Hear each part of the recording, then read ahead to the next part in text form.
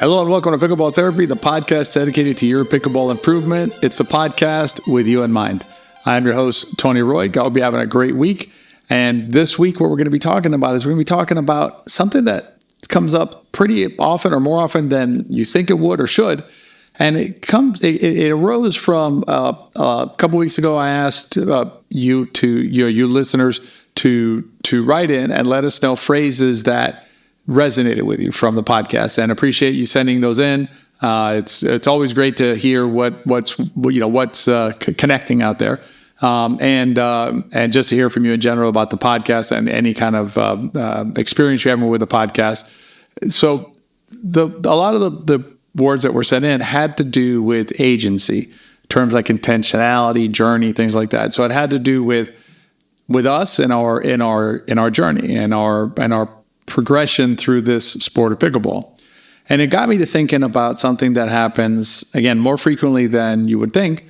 And it's the idea of having your journey hijacked, of having granting someone too much control over your own journey. So what I wanted to do this week is talk about that and, bring together some of the phrases that resonated with you into one subject, or under this umbrella of not having your journey hijacked. And so that's what we're talking about during this week's podcast. As I jump into the podcast, if you're interested in joining one of our camps, we still have some spots open. We've opened some additional camp locations. So if you go to betterpickleball.com/camps, you'll be able to access all of the dates and locations where we currently have camp spots open. I'll put a link down in the show notes below so you can check that out as well. All right, let's talk about what we mean, in terms of getting hijacked. And the way to think about it is like this. You're on your journey. You're doing your thing with pickleball. You're working on your game, whatever that may be, wherever you are in your game, whatever you're working on with your game. As an example, if you're a system member, you're in the system course. The system course materials are providing you clear guidance in terms of what you need to be working on right now. And there's two different ways that you can get hijacked. One is through the YouTube algorithm. And what happens there is you'll open up your app on your phone or on your computer, your YouTube app, and you're going to get fed a video. Right? And YouTube's going to say, "Hey, I know you. Here's a video you might like." Now it's kind of curious, right? Because when you think about how that happened, it wasn't as though the content creator, whoever the content creator may be, could have been me or CJ, right? Whoever the content creator is that happens to come across your screen, didn't really they didn't say to themselves, "Okay, this is a video that Mary or John or Bob or Susan need today." We just loaded the video into YouTube, and then YouTube said, "You know what? I'm going to send this video out to see if one of those players wants to check it out." And then you watch the video.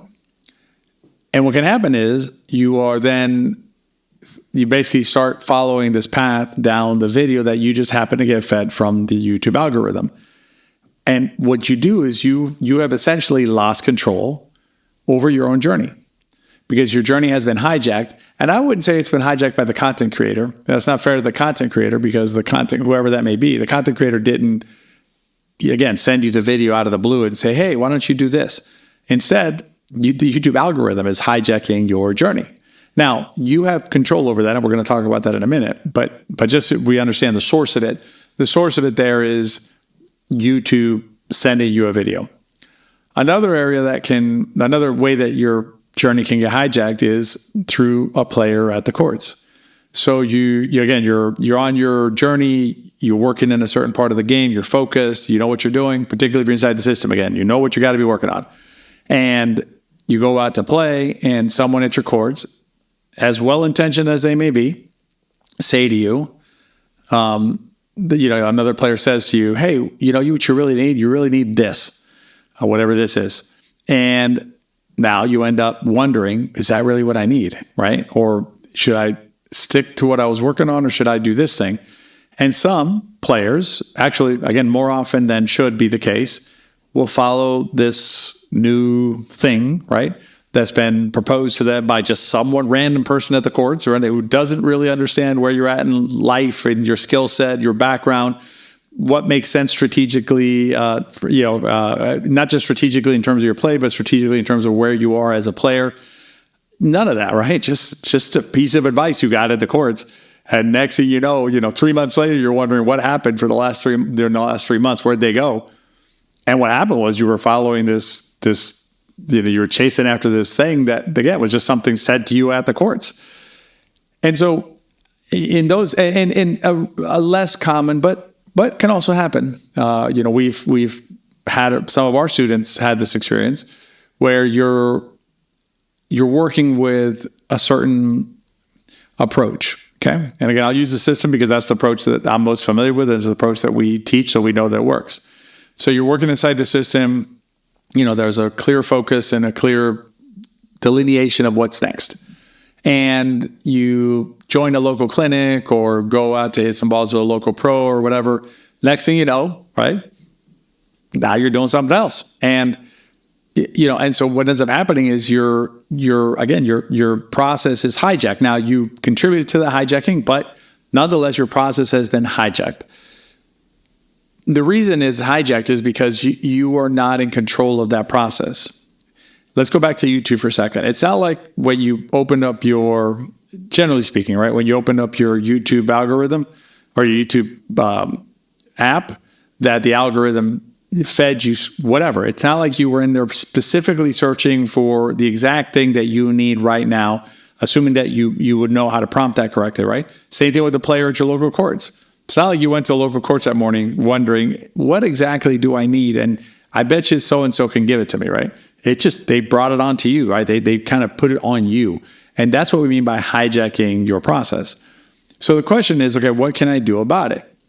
Well, the very first thing to do is to fully embrace the idea that this journey that we're on, that you're on, is yours. It is your journey to walk. It is your path to walk, your journey to take.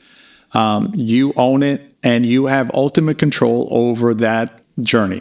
Super important to understand that, because if you don't fully embrace that, then it's going to be really hard the next time you get a video to resist it, because you're going to say, well, what am I supposed to do about it? I got a video from a professional on YouTube. I should do it. And here's the interesting thing. This is going to happen more and more. CJ and I were talking about this earlier. CJ Johnson, who's my partner at Better Pickleball, and I were talking about this earlier. And she said that some video had come across her desk with like 20,000 views.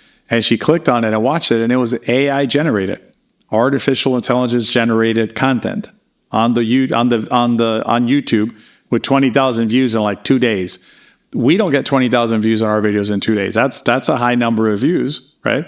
But it's artificial intelligence content. It's not even, it's getting out there in terms of the type of content that we're starting to see on YouTube and in written form. Hopefully not in podcasts yet, but eventually probably. And so you need to be careful about the information that you let into your journey, whether it's, again, from an online type of source or from another player at the court. Because no matter what the player at the court's intentions, no matter however good they are, most of the players out there, no offense to any of y'all, you're not trained in this sport. In other words, you don't have any kind of training. When I say you, I mean the players giving the advice, don't really understand how to properly frame the training, even if you had the training, frame it within the context of teaching it to somebody else, meeting them where they are and things like that. There's a lot that goes into teaching anything, and pickleball is no exception. So if you're let me frame it differently.